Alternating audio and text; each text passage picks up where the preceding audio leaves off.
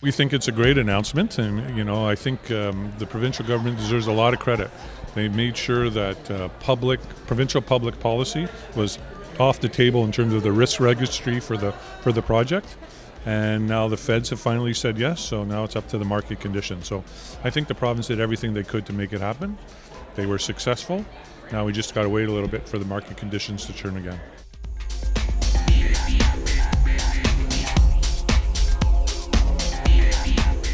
Provincially, we have a much higher carbon tax than the one being proposed by the government.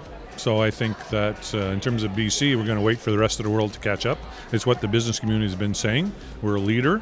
We don't need to make it higher. We need for the rest of the industry to catch up.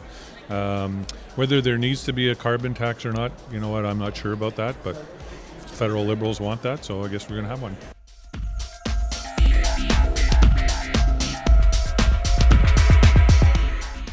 The real issue with the housing cost is not enough supply, and the government's now only begin to turning their attention to that. Municipalities have a big role to play in terms of there's thousands of units tied up in the regulatory process. Well, if they were on the market, then the housing prices will adjust accordingly. So I think the government has a role, especially municipal governments, and when that happens, then the housing situation will get better.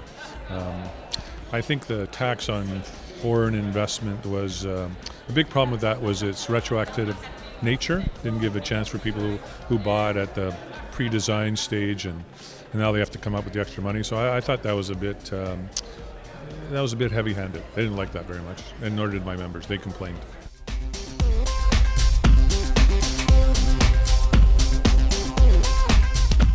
The year in passing was, again, a good year for ICBA. Financially, we're doing very well. We've opened an office in Prince George. We started a digital plan room.